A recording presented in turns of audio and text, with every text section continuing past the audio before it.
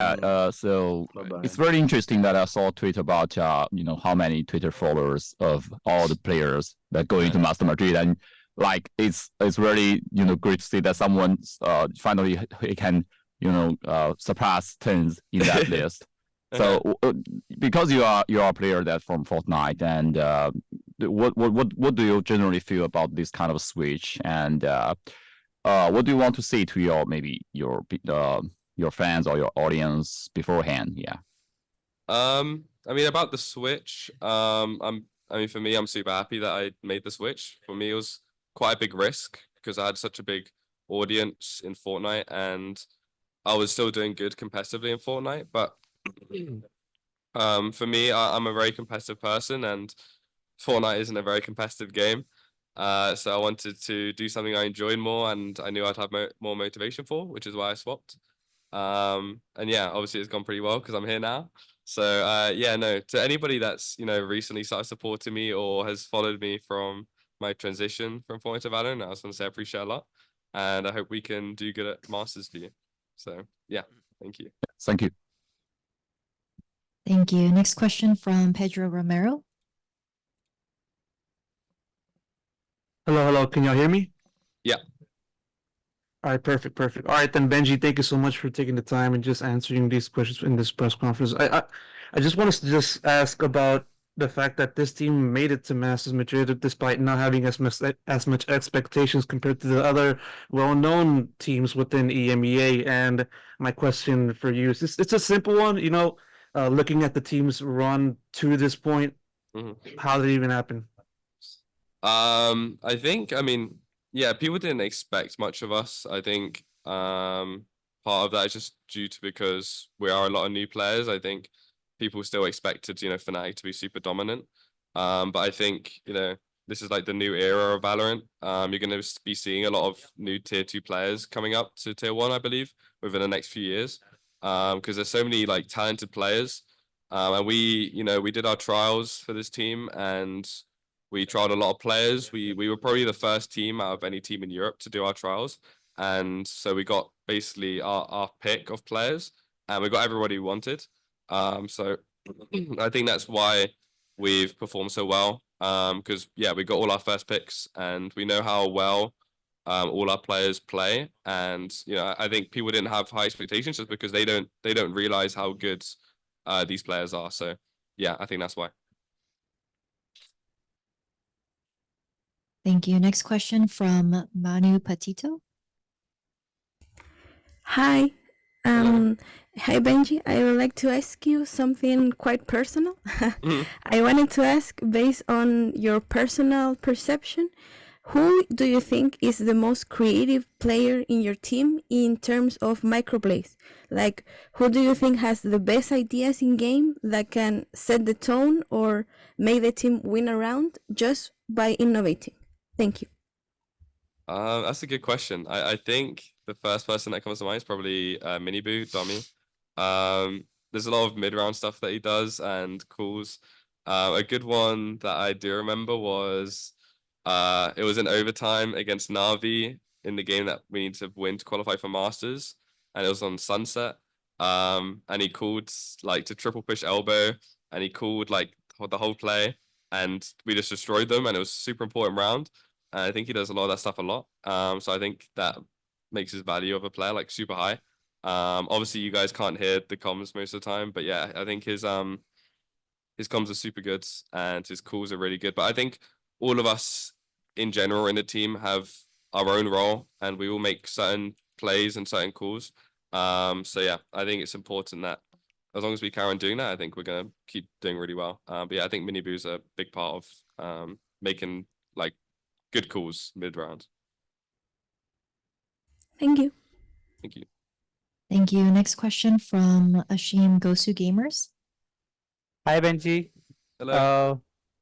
So, like you said, Sentinels will be the team you'd have loved to face at Masters Madrid, and since you are facing them, they have already won America's kickoff, and they must be riding high on confidence. So, before the big game, is there any pressure, and how do you cope with it? I think like in terms of pressure, we've kind of gone through that in the MEA. Like, I think, you know, people even still now are thinking that we're underdogs and Masters, and we've kind of gone through that whole phase of already being, you know, people don't think we're going to do good during the kickoff. I think, you know, we've got a really close relationship with our team and our teammates. I think that helps a lot with, you know, pressure. And I think, you know, we've had a performance coach before called Rob, and we've got another performance coach now, and he's talked to us a lot about pressure. And I think we're a team that thrives under pressure. And, you know, it's kind of just accepting that, you know, if you are going to be nervous, like, it isn't a big deal. Like, it does happen to a lot of players. They do just get nervous, and it's just how you play through it. And I think we're really good at that. So I don't think we're worried about the pressure. I think we're expecting there will be pressure, and, you know, we're just gonna play as we normally do, which is what we've done the whole tournament so far. All right. Thank you. Thank you. Thank you. Pedro, do you have another question? Yes, I do. In light of, well, you mentioned a little bit about your description of your teammates in this current iteration of the team, and it's easy to forget also that, you know, you joined Team Heretics at a time, you know, up in the lead up to the LCQ last season, and I want to know, how does that contrast with how you've been fitting in, or moreover, how has the new teammates in this squad has been fitting in with you and Boo, given that you guys were already a part of the team heading into this year? So just to clear it all up, how does you joining the team contrast to how this team has been fitting together in the lead up to this year and subsequently in kickoff? I mean, when I joined back in July, I think, I mean, I was always like planned to kind of stay in the team, because they did trials with me and they really liked me. So I'm a guy. I don't know if I properly understand your question, but yeah, I mean, when I joined back in July, I kind of knew I was gonna stay for next year. I think Neil and Weber have done a good job in kind of keeping the players that they thought had the potential to, you know, so had the motivation and the hunger to win.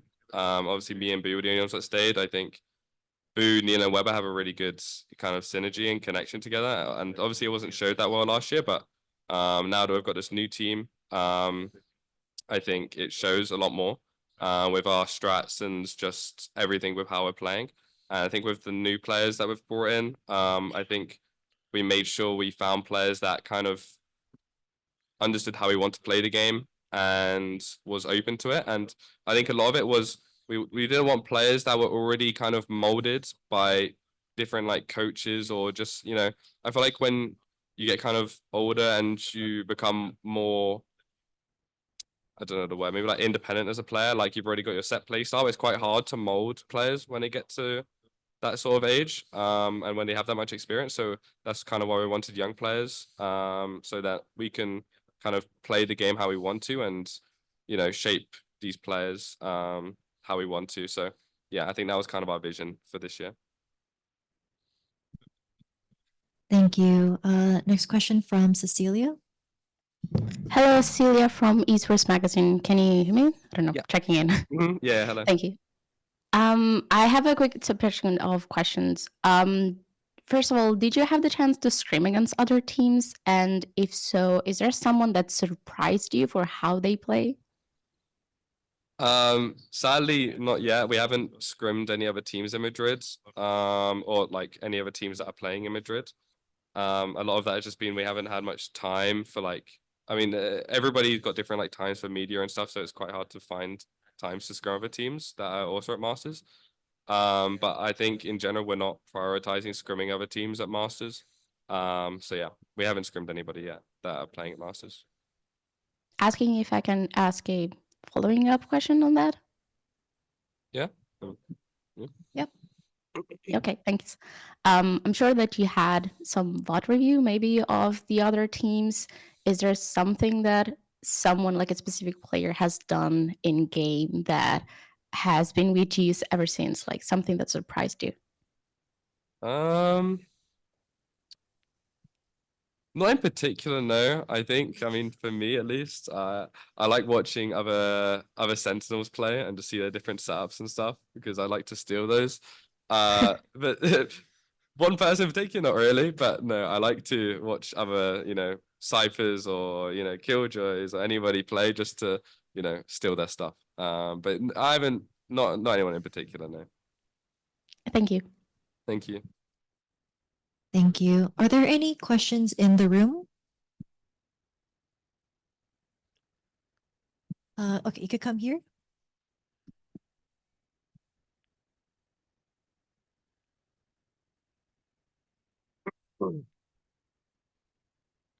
Hi, Hello. nice to meet you all. Nice to meet you. My question is, there's a big difference between playing tier 2 and then swapping to VCT, like 1 year Yeah. difference. Mhm. And where is the more difficult part to adapt? What's like the most difficult thing to that change? Okay. I mean, I think probably I mean, for me, like, I don't think like at least from last year, there isn't like a huge difference between very good tier 2 teams than like tier 1 teams, because when you're a tier 2 team, you scrim against tier 1 teams every day, so you kind of understand how good these teams are. And a lot of them aren't like, at least last year when I was playing an Enterprise in tier 2, we would scrim tier 1 teams and we would beat them like regularly.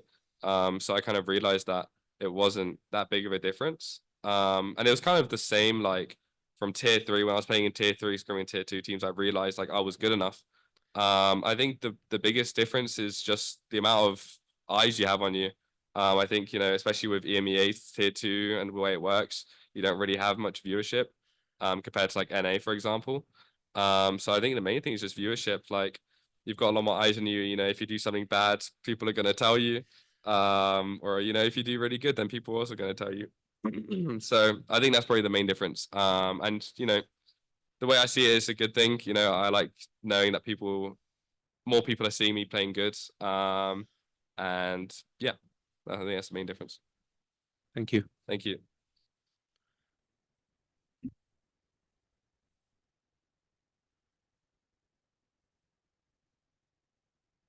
Hi, you Yeah. played Hey. with Rians Online for kickoff.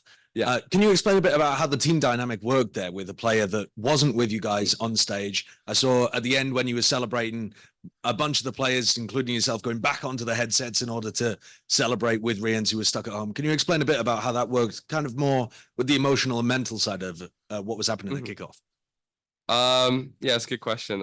It was really difficult because, I think quite a few people like they see Ryan's playing online and they think it's like an advantage, but you've got to think about the fact that we were boot camping for 2-3 months and he wasn't there. He wasn't able to participate in team activities. He wasn't able to participate, just in normal things like eating together, just seeing each other every day. I think that does like affect, the team a lot, and it'll probably affect Ryan's more than anyone. But yeah, I mean, after the games, we try to include him as much as possible. We saved activities for when he comes here, that we know he's going to enjoy. And, for example, yeah, like after the games, when we win, like we're always talking to him because we know, like, we're not going to be able to, we don't want to celebrate about him because he is part of the team. He just isn't here. So I think, yeah, it's been very hard. But I think we've kind of dealt with it the best way possible. So yeah, hopefully he comes here soon.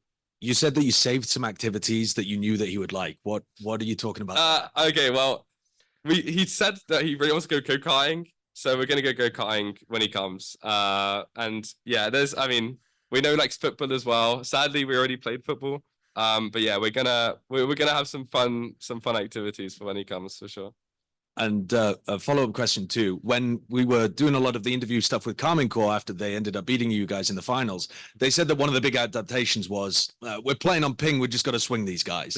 So the game does change when you go into a LAN setting. It is slightly easier to AWP, hold angles, that kind of stuff. Are you anticipating any kind of difference to your play style, how effective the team is? getting used to that at the beginning of the tournament? Are any of those things relevant in your mind? For me, not really. I think it's we don't really think about we don't think about because we're playing online servers at kickoff, we don't really keep that in mind. I think for us it's just going to be nicer to play on low ping, so our shots feel cleaner, I guess. But no, I don't think it's really. I mean, probably maybe for Ryan's because he's been playing on 40 ping the whole tournament, so to now be able to play on LAN servers, it'll be super nice. Thanks. Thank you.